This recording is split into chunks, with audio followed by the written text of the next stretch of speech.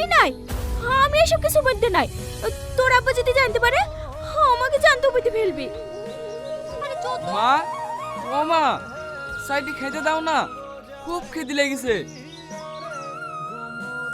খিদে তো লাগবেই, সারাদিন দোকানের কাজ, এদিক ওদিক ছুটে বেড়ানো। তুই হাত মুখ ধুই আয়, আমি তোর লিগে ভাত খুলছি। ঠিক আছে মা।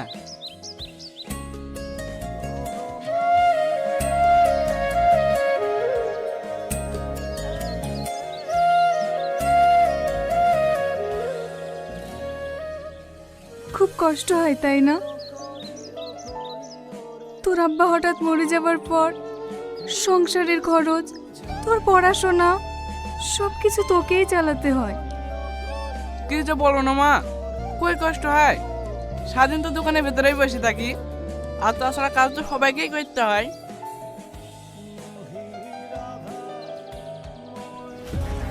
বাবু, তোর হাতে কি হয়েছে?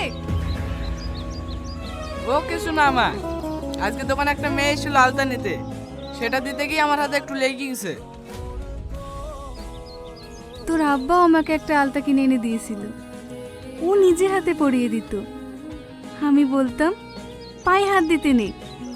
তোর আব্বা বলতো যাকে ভালোবাসি তার পায়ে হাত দিলে কি ক্ষতি।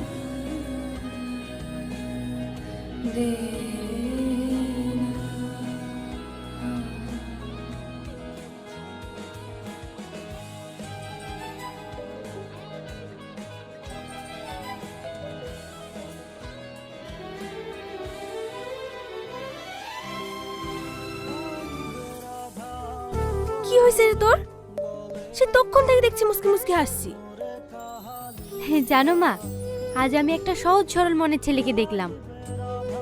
ওর মুখের দিকে তাকালেই না কেমন জানি একটা মায়া জন্ম নেয়। এসব আবার কি সিনেমা ডায়লগ দিছি?